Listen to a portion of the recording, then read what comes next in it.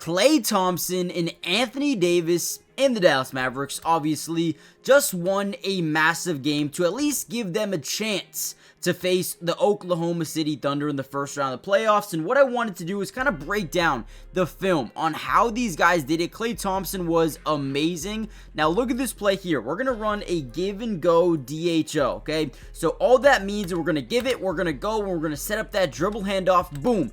Now as a big who is so used to playing drop zone coverages because that roll to the rim is so deadly from Derek Lively, you have to be in that drop zone. But the problem is, if you're in that drop zone, then Klay Thompson is one of the best shooters off a little DHO in the NBA, right? So he's able to stop, pop, and almost even draw an and one as he drains that three. At this point in the game, I knew it was going to be a long night here for the Sacramento Kings. And truthfully, guys, this second quarter, they went on a 44-19 run.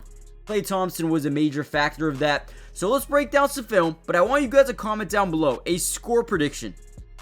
Dallas and Memphis. Who wins? Who advances? All right, here we go. Another great play here. So we initially set a screen this way. We're going to act like we're going to come off this thing, and then we're going to turn around AD and fly off this stagger away screen to the top of the key. Whenever you have a shooter like Klay Thompson, just give him these stagger away screens. And because we have Anthony Davis, this guy again, Sabonis, is playing in this drop zone where he does not want to allow Anthony Davis any leverage getting into the paint and get a mismatch, right? So he drops back. But again, when you're playing against a guy like Klay Thompson, he will shoot this thing without a dribble. You need to be there. And not only do you need to be there, you need to be right at that three-point line. But again, because you got AD, you cannot do it. And look at that. Stop, pop, drains another three. The offense for this team right now, it played amazing, okay? It played a really good basketball game. And one thing that we need to remember, guys, is Anthony Davis, Klay Thompson, right? These guys are still building chemistry with one another. It's going to take a while, 6, 8, 12 months for teams to build that chemistry. They're just getting started. And quite frankly, they're missing Kyrie Irving, and they still played a great game. But you need to beat Memphis. Here we go again. We're going to set up this high pick and roll with Anthony Davis. Now, obviously, AD did a lot in this game. Obviously, second, third, fourth quarter in terms of getting some points on the board. But, man, his usefulness as an off-ball screener is amazing. And on this play, you see him as an on-ball screener. Again, we're, kind of initiating that high pick and roll to the basket. But instead of AD rolling, he's, again, going to set this stagger away screen, okay? Now, again, what is a stagger away screen? It's when you go away from the ball and have someone come off that thing to the top of the key. Klay Thompson, Steph Curry, they have done this so much in their career. Boom. Set that screen. Sabonis, what are we doing? Are we going to allow this man to shoot these threes all day long? I guess so, because as Klay Thompson comes off this screen, he's once again wide open, sets the foot after the catch, and pulls up and shoots it, gets it to go again. Guys, I'm telling you, if they get hot, they can beat any team. The question is, man, it sucks. If they had Kyrie, I would be all in. I would be. You know what? The most impressive thing about this team is when AD got injured when he first got here, I was like, okay, they could easily throw it in, wraps up.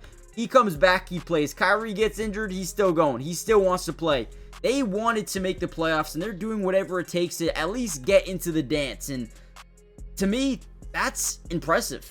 Now, they also played very well defensively. 9 steals, 8 blocks. Beautiful job here. Look at this. So we're going to set up this high pick and roll defensively. Now, as he stops, they try to get what we call a pocket pass, okay? Now, what a pocket pass is off these screens, you get that roll to the basket because AD overcommits to the jump shot here by Zach. So as that pocket pass gets there, boom, there's Klay Thompson. But look at what Klay Thompson does. He's going to initiate what we call jail, putting his defender in jail. Whenever you're stuck behind the ball handler here and you can't get back in front, you're in a very bad position. They call it jail because you're stuck, right? Now look at Klay. The guy's trying to get back in front. He keeps that positioning, right? He keeps that upper leverage, and then boom, all the way coast to coast from steal to bucket.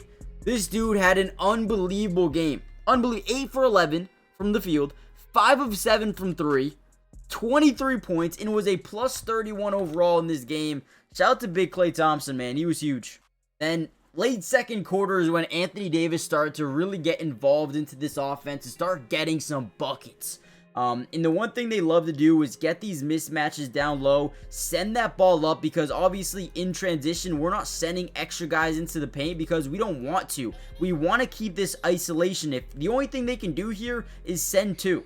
And they don't do it because it's so early. We just crossed the half court line. We lob it in. He boxes out and he gets an easy layup. Anthony Davis was huge, man. I thought he played an incredible game as well. Before we get any further into the video, guys, do me a big favor. Hit that like button. If we can get over, let's say 500 likes on this video, we will continue to break down the Dallas Mavericks throughout the entirety of this playoff run. And also, comment down below P2. Like I said, if you want more of these videos, show me in the comment section down below. With that being said, let's kind of dive back into this. So obviously, this one's a nice little high pick and pop.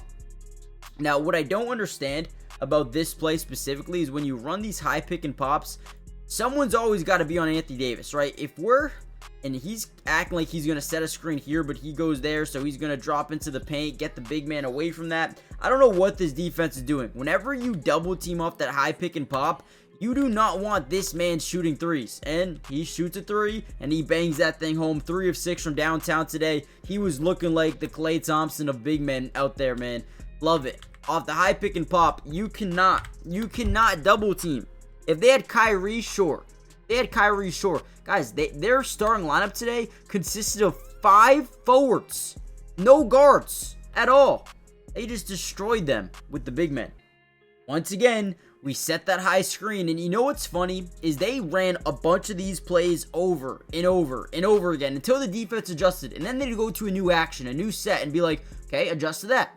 And then they'd wait for these teams to adjust, right? They double team off the screen, right? They send 2, we roll the basket, which forces the big man to have to drop back as well, because if not, we get a wide open roll to the lane. So as we initiate that pressure onto the big, boom. Last second kick out. Great job by Brandon Williams. Hey, can we give a big W in the comment section to Brandon Williams? Dude played 18 minutes and had 17 points and 6 dimes, or 5 dimes, I should say. But again, look at that. We draw 2 on the ball handler. We get them in a blender. We kick it out to AD, and AD drains another 3. This is the basketball I love to see. They did it all game, man. Look at this now. Ooh, okay. This is when things get fun. We're going to run what you call an inverted pick and pop, or I believe it might be a pick and roll. But now, what is an inverted pick and pop? It's when the big Anthony Davis starts with the ball and gets a screen from a guard. Now, if they want to switch, good luck. And this guy says, you know what? Yeah, I'm not going to switch. He's going to put you in jail, but let's just hope we get that weak side rotation, because if not, we're screwed, right? So that's what happens. We get that weak side rotation. Now, whenever you're this defender, you need to hope your teammate gets here, and then one of these guys needs to rotate to the corner. And again, once again, you initiate that double team up there. Boom. Defense is in a blender. They're stuck in rotation. They don't know what to do because they're always just rotating. As Anthony Davis attacks the big, we throw up a lob, and Derek Lively throws it down. Guys, these lineups are really tough to stop, and they kept doing different things over and over and over again until the Kings just didn't know what to do anymore. They were lost. They gave up. They were done with it. And I had a great time. I had a great time watching this game. Look at this double drag. Najee drives in, draws strong side rotation. Anthony Davis once again, wide open 3, gets it to go. Man, hey, Dallas, they're scary. Can they beat Memphis? Yes, I think they can. It's going to be a very tough game. Very tough game. So, guys, hit the like button, subscribe. If you want a part 2 to this video, let me know in the comments, and I'll see you guys then. Peace.